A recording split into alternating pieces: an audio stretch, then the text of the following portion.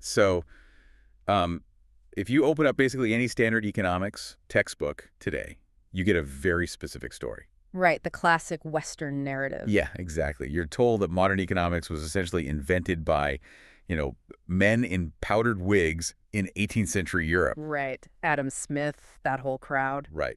But welcome to today's deep dive, because we are going to completely flip that script for you. We really are. Yeah. So today we're digging into an NBER working paper that looks at the history of ancient Chinese monetary thought. And, I mean, the main takeaway here is that the rules governing the money in your pocket, like the laws of inflation, currency circulation, central banking, they weren't figured out in Europe. No, not even close. They were actually figured out in Imperial China, like centuries and sometimes millennia before the West. Yeah, and to really wrap your head around how they did that, you have to look at the sheer logistical scale of what ancient Chinese administrators were dealing with, right? Yeah. Because we're talking about this massive politically integrated empire, but geographically it contained all these heavily segmented regional economies. Okay, so it's unified politically, but economically, it's all over the place. Exactly. I mean, they were managing a system where you had gold, silver, copper, and eventually paper, all circulating at the exact same time. Oh, wow. And often with totally different exchange values depending on which province you're in. So just the physical reality of moving wealth around would be a huge headache. Like, the state would constantly be calculating exchange rates just to, keep the government funded. Yeah, just to keep the lights on, basically. And because they had to manage this incredibly complex, highly volatile system to keep the empire from collapsing, they were sort of forced to invent monetary theory out of sheer necessity. Like they didn't have a choice. Right. They're actively pulling these massive macroeconomic levers, figuring out inflation and money supply, while Europe is largely still operating on localized barter systems. Which actually brings up a huge fundamental difference in how the East and the West even conceptualized money to begin with. Yes, the origin story of money. Right, because in Western economic theory, we're always taught the convenience origin story. It's that classic barter problem, right? Like, I have a chicken, you have a pair of shoes. The double coincidence of wants. Exactly. It's highly unlikely we both want exactly what the other has at the same time. So to fix that friction, we invent coins. Right, a standard medium of exchange. And that Western focus is so heavily on the individual merchant, right? Like an organic evolution of the market. Yeah. But in ancient China, the dominant theory was radically different. You look at thinkers like Shan Qi in the 6th century BC. 6th century BC? Yeah, super early. His ideas were recorded in this classic text called the Guanzi, and they argued that money did not organically evolve from merchants trying to trade chickens and shoes. Okay, then where did they think it came from? They believe that ancient sage kings invented money specifically as a top-down tool for humanitarian relief. Wait, really? Humanitarian relief? Yeah, the historical context in the paper is just fascinating. The Guanzi describes these periods of devastating floods during the reigns of ancient emperors, and the agricultural collapse was so bad, so profound, that people were literally selling their own children just to buy enough grain to survive. Oh my God. That is incredibly dark. It was horrific. So the Sage Kings needed a way to distribute value and inject liquidity into this devastated economy, right? But they couldn't just physically cart millions of pounds of grain across flooded provinces. Because the roads were washed out. Exactly. So they minted coins, they distributed these new tokens from the top down, which basically gave the starving population a way to redeem the children they had sold. Wow. So the core philosophical difference is just right there from the start. In the West, it's a merchant's convenience tool. But in this ancient Chinese view, money is this deliberate creation of the state to manage a crisis. Right. It's a public policy tool. Now, it is worth noting, just to be accurate, that not everyone in ancient China bought into that Sage King theory. Oh, really? Yeah, you had some independent rogue thinkers, guys like Xi McQin, and much later, Ye Shi, who looked at the economy and actually developed a view much closer to our modern Western consensus. So they were like, no, it's definitely about commodity exchange. Exactly.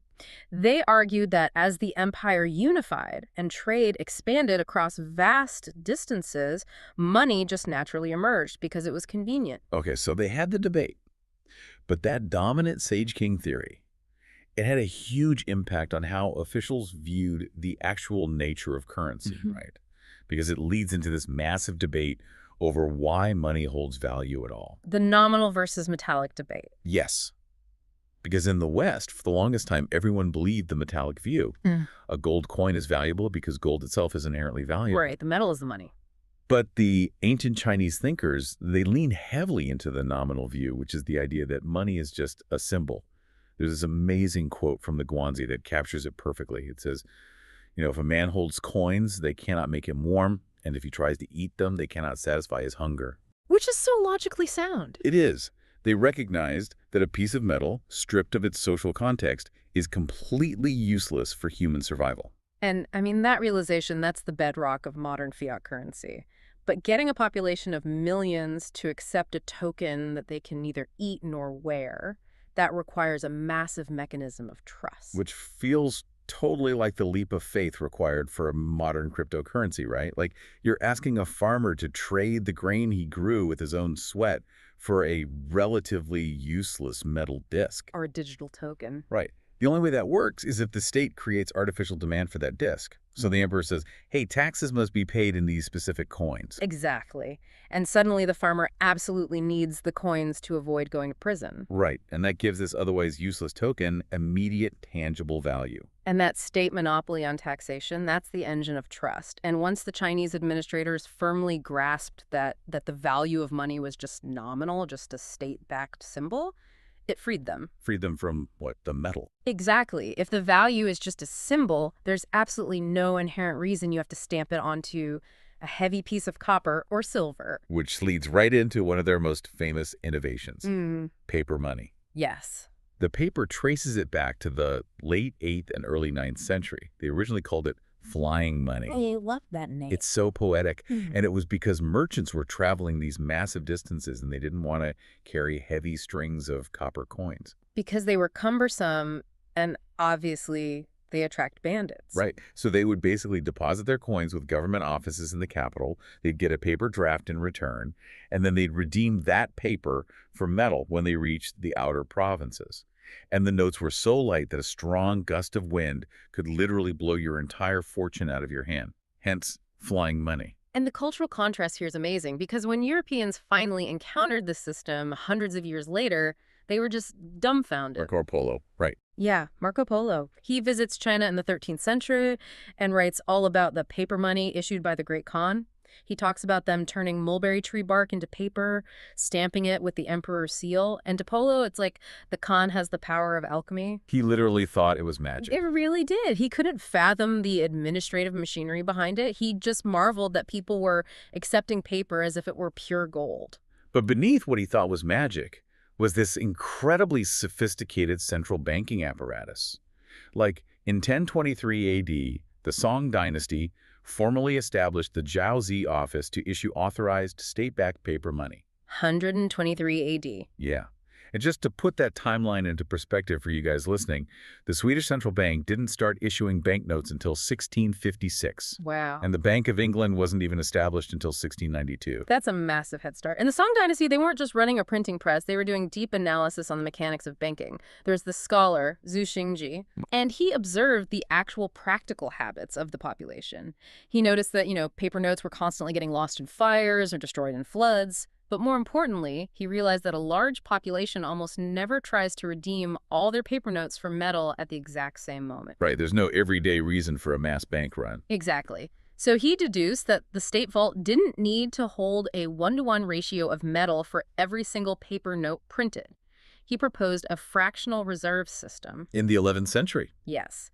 He suggested the government only needed to hold 2/3 of the metal to safely back the circulating paper. And that is the exact mathematical foundation modern commercial banks use today, right? Lending out your deposits while keeping only a fraction in reserve. That is just wild. But wait, if they had fractional reserves and centralized paper money that early, managing it must have been an absolute nightmare. Like, did they deal with inflation the way we do? Oh, absolutely. It was a huge nightmare. As the use of paper money expanded, they had to create these massive regulatory frameworks. By the Yuan dynasty, they had this highly detailed 14-clause regulation system. Like actual banking law. Real laws. Strict exchange rates, procedures for recycling torn notes, severe penalties for counterfeiters. But they definitely made catastrophic mistakes, too. Like what? Well, the Ming Dynasty, for example, they issued a paper note called the Precious Note of Great Rising. But they made this critical monetary policy error. They only issued the note in a single, really large denomination. Wait, so they only printed large bills? Exactly. It's like if the government printed millions of $100 bills but completely forgot to print any ones, fives, or tens. That sounds super inconvenient. How do you buy anything? You basically can't. It creates massive friction. You can't buy a loaf of bread or simple tool if neither you nor the merchant has a way to make change. So trade gets disrupted, the public gets angry, and it ultimately leads to massive inflation of the paper note's value relative to actual goods. Because it's practically useless for daily life. Right. The system collapsed so thoroughly that the Ming Dynasty was forced to just abandon paper and go back to using silver. Wow. Plus, they had this unique physical currency problem that Europe really never had to deal with. Because in Europe, gold and silver were mostly reserved for money and jewelry. But in China, copper was the standard metal for everyday coins. Right. But copper was also the primary material used to make musical instruments and, crucially, Buddhist statues. Ah, yes, the copper tug of war. Yeah, such a fascinating tension. You've got this booming economy needing copper coins for trade right alongside this massive religious movement demanding copper for Buddhist statues. So the state and the public are just constantly fighting over the exact same raw material. It's a total crisis. It's like if the cotton linen blend used for the US $1 bill suddenly became the hottest fabric in high fashion. Oh, that's a great analogy. Right. And designers are willing to pay $5 just for the fabric of a $1 bill. Everyone would immediately empty their wallets, melt down their cash, and sell the raw material. Which is exactly what the Chinese public did. They were constantly melting down copper coins to cast statues because the raw copper was worth more on the open market than the face value stamped on the coin. So the government is just constantly minting new coins to replace the melted ones, which throws the whole money supply into chaos. But, managing all these crises, the Ming paper inflation, the Song copper hoarding, it created this unique environment. Like a laboratory. Exactly. The sheer scale of the economy acted as a real-time macroeconomic lab. And by observing all these failures and fluctuations, Chinese officials actually began to identify the invisible mathematical laws of economics. The exact same laws that our textbooks claim were discovered by Europeans centuries later, like the quantity theory of money.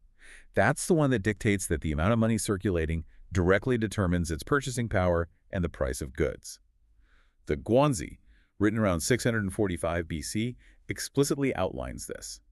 It says if the state rapidly buys up goods, money floods the market, and prices naturally inflate. In 645 BC, it's incredible observation. And they saw how human behavior drove this, too. Like in 179 BC, GE observes what we now call Gresham's law, the idea that bad money drives out good. Right, which Thomas Gresham supposedly formulated in 16th century England. Exactly. But nearly 2 millennia earlier, GE is watching the state allow these debased, lightweight coins to circulate alongside pure, heavy coins. And he notes that people instantly start hoarding the pure coins at home and only use the cheap, debased coins for shopping. Which makes total sense. If a merchant is forced to accept both coins at the exact same face value, obviously you're going to hand over the cheap one and keep the good one in your cellar. Human nature doesn't change. And later, Yishi saw the same thing happen between paper and metal. The public didn't trust the paper as much, so they aggressively spent the paper and hoarded the metal, which basically drove metal coins out of circulation. But I think maybe the most conceptually advanced discovery is the velocity of money. Oh, absolutely. Zheng Xueyi. Right. In 1077 AD, this polymath named Zheng Xueyi figured out that the speed at which currency changes hands directly impacts the total wealth of a region. And in Europe, this didn't formally appear until William Petty proposed it in the 17th century. Right. So how did Zheng Xueyi explain it? Well, it's a bit dense in the historical text, but think of it this way. Zheng Xueyi realized that if 100,000 units of money are just locked in a wealthy merchant's vault, the economic value is exactly 100,000. It does nothing. It's dead weight. Right. But if that same 100,000 is continuously spent circulating among 10 different households over a month, its total economic footprint becomes 1,000,000 units. It's like taking a single $20 bill. You use it to buy coffee, you tip the barista pays the window washer buys a sandwich, all in one afternoon. Yes. That single piece of paper powered $80 worth of commerce for the neighborhood, simply because of its velocity. And the Chinese state didn't just write that down as a neat philosophical observation. They were ruthlessly practical. They used these insights to engineer real macroeconomic tools. Like the weigh-in exchange policy. Exactly. This was a sophisticated system where the government intervened in the market to stabilize prices. Which honestly sounds strikingly similar to how the Federal Reserve uses open market operations today. It really is. I mean, if there was a massive surplus of grain, the price would plummet, right? Farmers would go bankrupt. Because the market is flooded. Right. So the state would step in, buy up the excess grain at above market prices, and store it in government granaries. This injects desperately needed money into the rural economy while pulling grain out of the supply, which brings the price back up to a sustainable level. And then they just reverse it during a famine. Exactly. When famine hits and grain prices skyrocket, the state sells from its granaries. That absorbs money out of the economy, increases the food supply, and brings prices back down.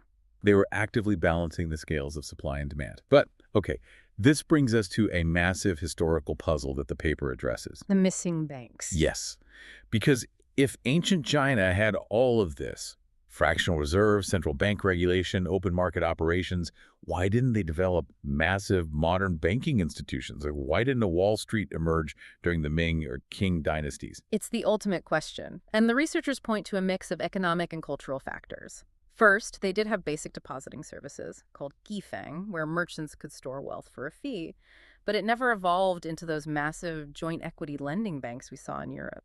Why not? Well, the first reason is what they call a preference for fluidity. The Chinese economy was overwhelmingly agrarian, and agrarian economies are totally at the mercy of unpredictable weather. Right, like those floods we talked about earlier. Exactly. A sudden drought or a flood could wipe out an entire harvest in a matter of days. So locking your wealth in a bank deposit is incredibly dangerous. Super dangerous.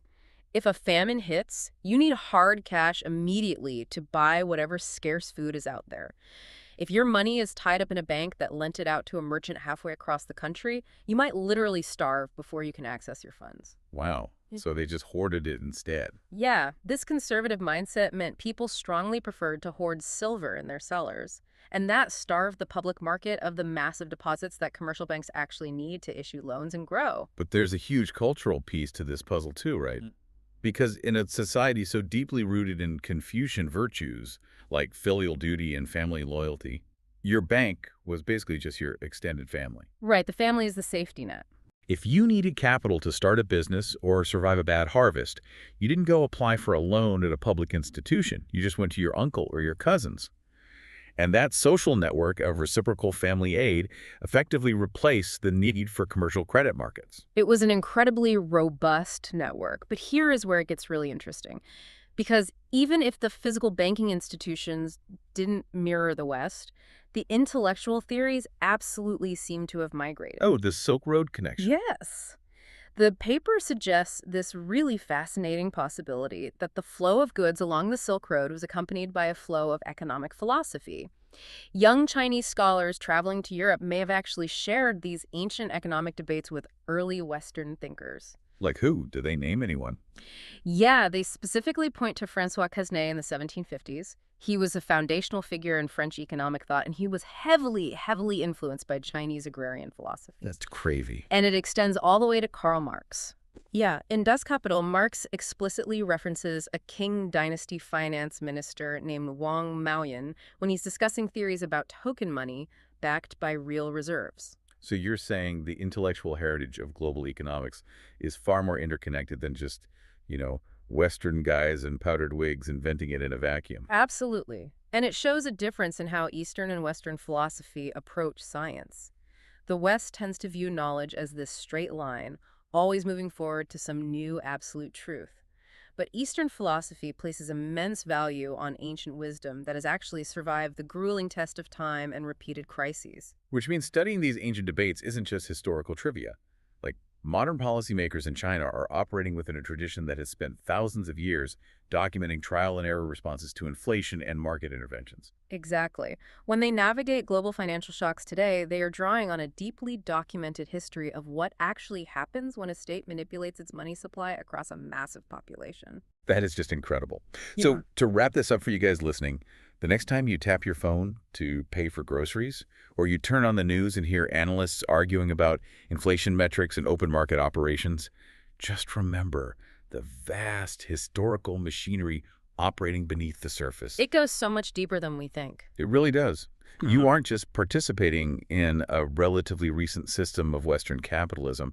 You are literally living out the economic laws, the mechanics of velocity, and the behavioral realities that were debated by Zheng Xueyi and the authors of the Guanzi thousands and thousands of years ago. And it leaves us with this one really compelling question about the future. Okay, what is it? Well, if ancient Chinese administrators could deduce the velocity of money and the psychological dynamics of inflation just by observing the flow of copper coins and silk paper notes, what completely undiscovered economic laws are waiting to be identified today? Like, as our economy transitions into this era of completely digital, borderless, decentralized currencies, are we simply running those ancient mechanics on new hardware, or are we about to write an entirely new chapter of the Guanzi?